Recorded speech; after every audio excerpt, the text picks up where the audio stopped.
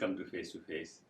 Our guest today is Megha Desai, President of Desai Foundation, which is hosting its annual fundraiser, Lotus Festival, this Saturday. Megha, welcome to our studio. Thank you for having us. And I'm glad this is the first time you are here. I know, I'm very excited. Excellent. So we are very excited to talk about Desai Foundation and the Lotus Festival. So let's first start with the Lotus Festival, which is happening this Saturday. Yes. And also you have made a very strategic move of the venue, Foxborough. Yes. And there are a lot of Patriots fans in our community and our viewers. And, I hope audience. So. Yes. So let's first talk about the venue, what is going to happen. Yeah. So for the last couple years, we have been hosting our annual gala we've been very lucky to host it in the Collings Foundation airplane hangar. Yes. And, our theme in the last 2 years has really been about, which our slogan for the Desai Foundation is Dream Beyond. Mm-hmm. So we wanted to bring people to a place where you couldn't help but think about innovation and the future, right? So when you're surrounded by all these antique airplanes, you think to yourself, how did these people come up with the idea that they could fly? How did these people think that they could drive this fast? And so that to me was really what was so exciting about hosting the event at the Collings Foundation. Sure. In the last year, the Desai Foundation has grown from serving 100 villages to serving over 500 villages in rural India. Mm-hmm. And so to us, this was a real example of just excellence in the field. Mm-hmm. And our entire program for the Lotus Festival, it really focuses on that excellence in the field. And so I was thinking, where if the theme is excellence in the field, where do you host an event? And I mean, I don't know about you, but I don't think anyone exemplifies excellence in the field quite like the New England Patriots do. Yes. So for us, we thought, especially with Tom Brady being exactly. So we thought, let's host it at Foxborough.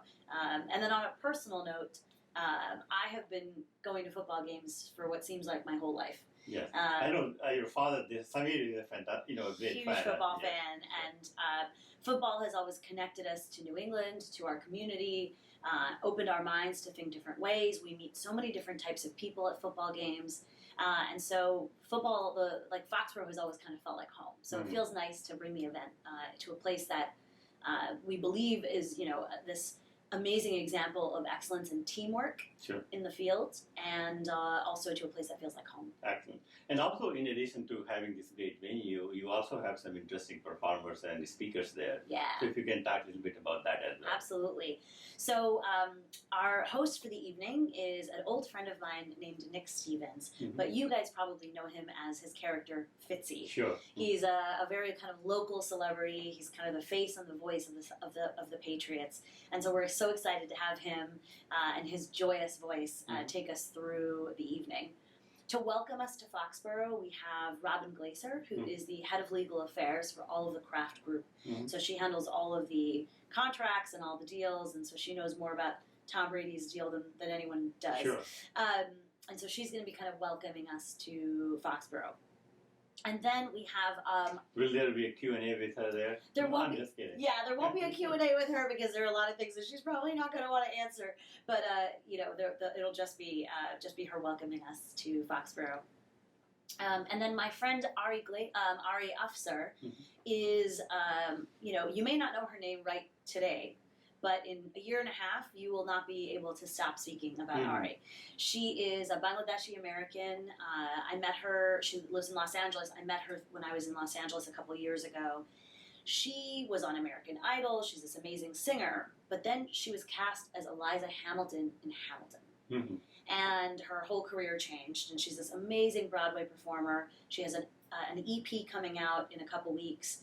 But what really inspires me about her is she's writing her own musical. And I don't know if you've ever worked in Broadway or know people that have worked in Broadway, but it is the most cutthroat industry I can imagine. And she has been able to not only break through in her play, but it was selected by the Eugene O'Neill Theater Workshop. So it's already on its way to make it. Her play is called Jeanette, and it is about the first ever woman to serve in the United States Congress. Really? And this woman served in Congress. Her name was Jeanette Rankin. She served before women even had the right to vote. So it's a really inspirational story. Excellent. So that's kind of a group of people that we have performing. But then we also have two of the most important people at the Desai Foundation. We've brought over for the first time our India director and our Asani sanitary napkin director to India, Yati and Mithal. And they are going to, again, talk about the work in the field. Really. So this is the first time I think you have somebody coming from India. First time that we're going to have our team members come from India and really talk to the audience about the actual work. So it's not just me describing the work, it's them showing you the work. And we're really excited about that. Excellent. And then, of course, it's going to be great, as usual, cocktail reception and then dinner. Yes. Anything special about dinner this year? There are going to be a couple of special things. We have a very, very exciting surprise auction item that I'm not at liberty to tell you about, but it's going to be really exciting. Yeah. And then we have, our cocktail reception is going to be in the Putnam Club, where you're going to be able to actually look at the field and interact with some games that we play in the field in India. And the other thing that I can tell you is we will have a actual Super Bowl ring, the latest 6-ring Super Bowl ring that everyone can take their picture with at the event. So we're really excited. And about also that. you have some auction going on there as well. Yes, we always have an auction. We bring in our auctioneer from New York. He's this hilarious man named Paul. And he will be auctioning off, football tickets, Celtics floor seats. What else do we have? A trip to India we have. One of my dear friends is a celebrity chef. Her name is Palak Patel. And she was on Beat Bobby Flay and Chopped. And she is going to be offering a private meal in your own home. So she can That is also part of the auction. Yeah. So you can invite her to your house and she'll cook a meal for you and your friends. Well, last year I remember I was there and it was a very successful. I did got a good fundraising and people were very excited. So we are looking forward to that. Likewise. Now let's come back to Desai Foundation, which is the main thing we are here. Let's tell us about how the Desai Foundation has grown over the years. Yeah. And what it is doing now. Yeah. And what are the future plans. Absolutely. Thank you for asking. Sure. The Desai Foundation started as a family foundation, right? So Samir and Nalima Desai started the organization. And for 15 years, this is New England, so you understand technology and startups, right? So I feel like the way that we operated was, for the first 15 years, we were in the incubation phase, where we had friends and family investments, and we were trying to figure out what the model was.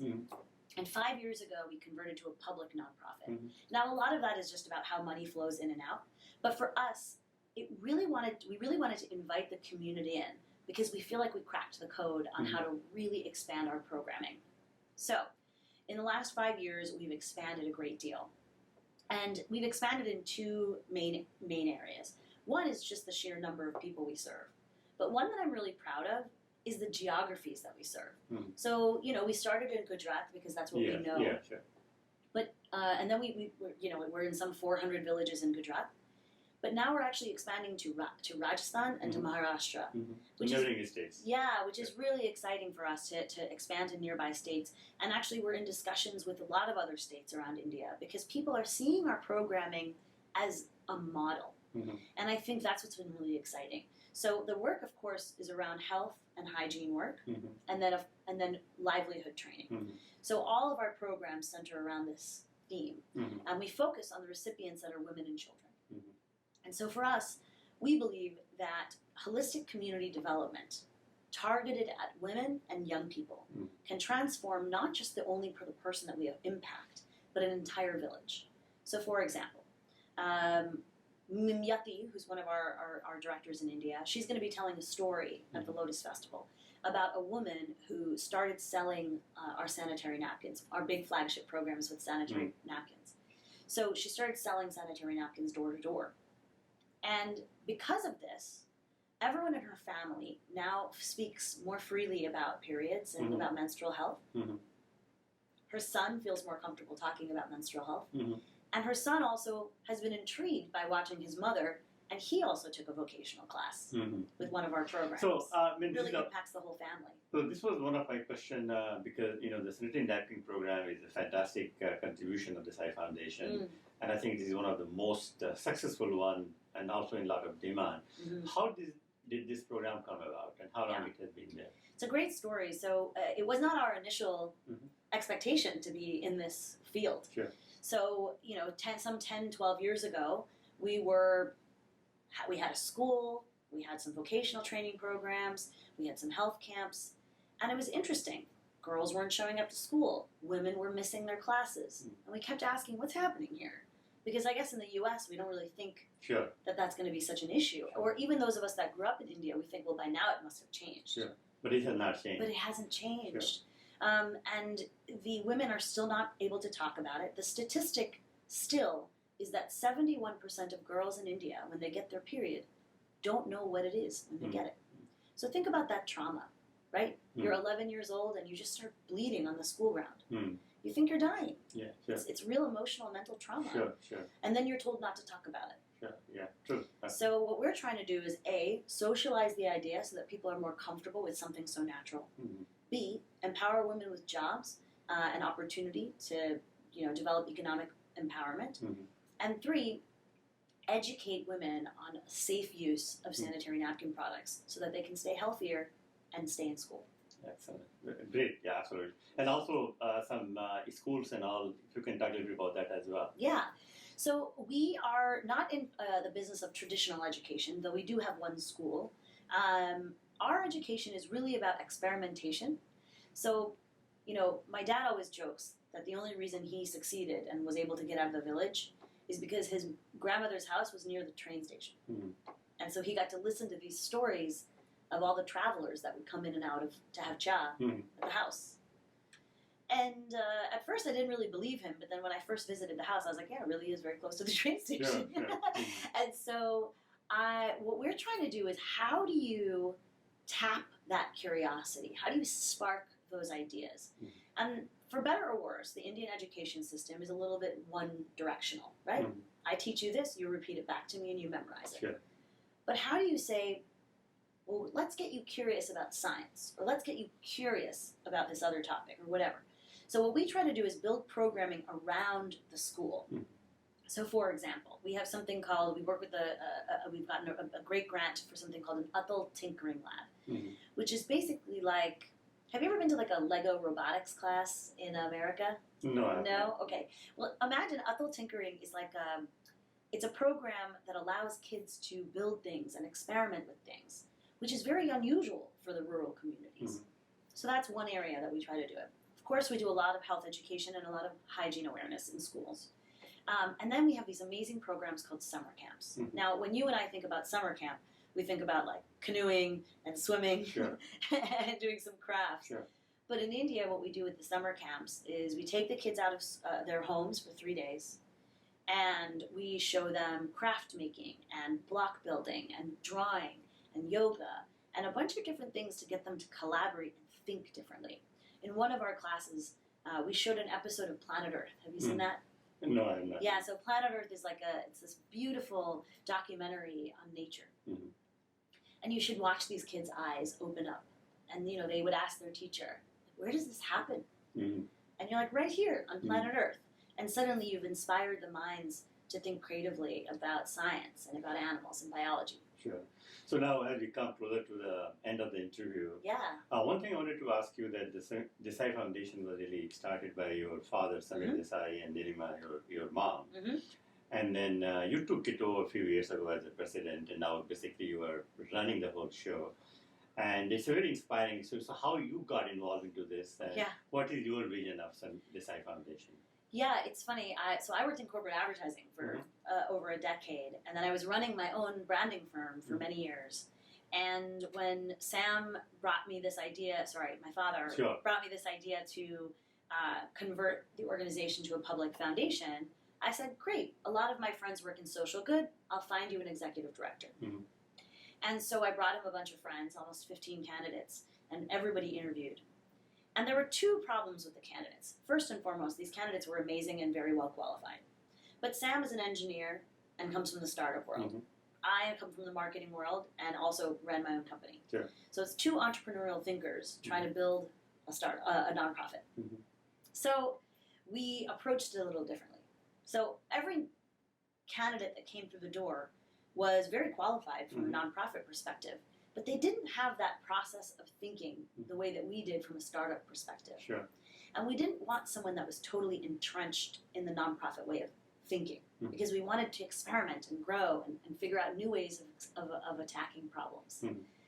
So then we interviewed a bunch of business candidates, but then they didn't have the nonprofit knowledge. Sure. And since I've been around the organization for a decade, and a lot of my friends work in the nonprofit world, and a lot of friends of mine work in the startup world, our board of directors basically said, when are you going to figure out that you're the person that we want to run this organization? And your many board of directors are also very entrepreneurs. Yes, they're all entrepreneurs. All entrepreneurs. Oh, they're literally all entrepreneurs. Sure. So I hesitated. I have to be honest. I didn't really know if this is what I wanted to do. Shut down my marketing companies, run a nonprofit. I've never run a nonprofit before. And then also I had a little, if I'm being honest, anxiety around, taking over my dad's business. Sure. And so I was hesitant. I interviewed. I presented my plan, and I got the job. And so here I am 2.5 years later, and what we've done in the last 2.5 years is triple the size of the organization, expand our team to almost 27 people. And this includes here and in India. Yep. And my vision for the organization is really twofold. One is, of course, I want to inspire as many people on the ground and affect their lives. My whole thesis for what we do is cultivating dignity.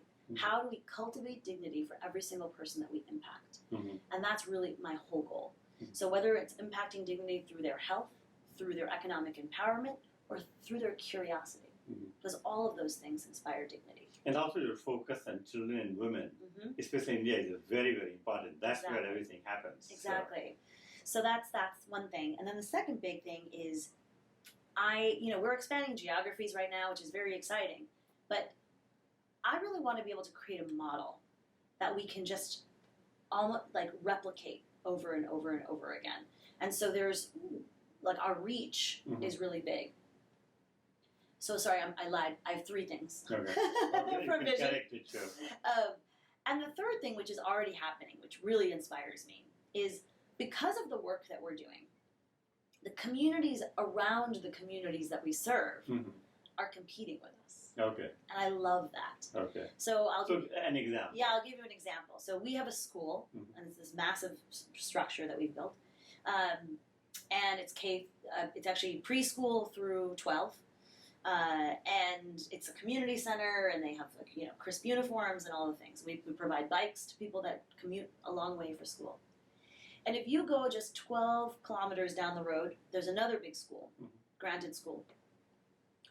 And public school. And they every so often they send like spies over to our school to check it out. That's a good sign. They have a playground. Oh, they have this. And the funny part is when I'm there, I see them, these spies, and I invite them. I said, "Come sit at our meeting with us." And they're shocked. Like, "What do you mean?" I'm like, "Come sit." Because now one tide, what is the expression? Rising tides, lift all boats. And so the fact that those schools are competing with us, it's the best thing ever. Because to me, it means that even the schools that we're not in, and even the regions that we're not in, are being impacted by our work. Now, before I let you go, last thing you did, we casually talked about the board of directors. Yeah. So if you can talk, who are some of the board of directors? Yeah. So our board of directors is comprised of 4 people right now, and we are eager to expand. So if you're interested in joining the board, please let us know. Sure. And so what we're looking for is inspiring people from a diverse background that have a skill that we need to offer to the table, right? So right now we have Santana Christensen, who is Santana Krishnan. Yeah, Krishnan, who is not only an incredible board member, he's also a great mentor to me. Sure. Unfortunately, I call him almost every other day asking him his advice on things. Sure. So I'm forever grateful for him, and his whole family is very involved in the organization. Yash Shah, another entrepreneur. Sure. Similarly, his daughters are very involved in the organization, constantly volunteering and participating. And then, of course, my father's on the board, and then my sister is on the board. As president, I have to resign my seat, so so I'm still an honorary member of the board, but I don't have voting power yet. But so we're looking to round out our board with a couple other members, especially some women. I'd love to have some women on my board. Absolutely. So let us know. Okay, thank you very much for your time. I really appreciate it, Thank you so and much all the for best having for us. Saturday. And I'll see you there. Likewise. Excellent.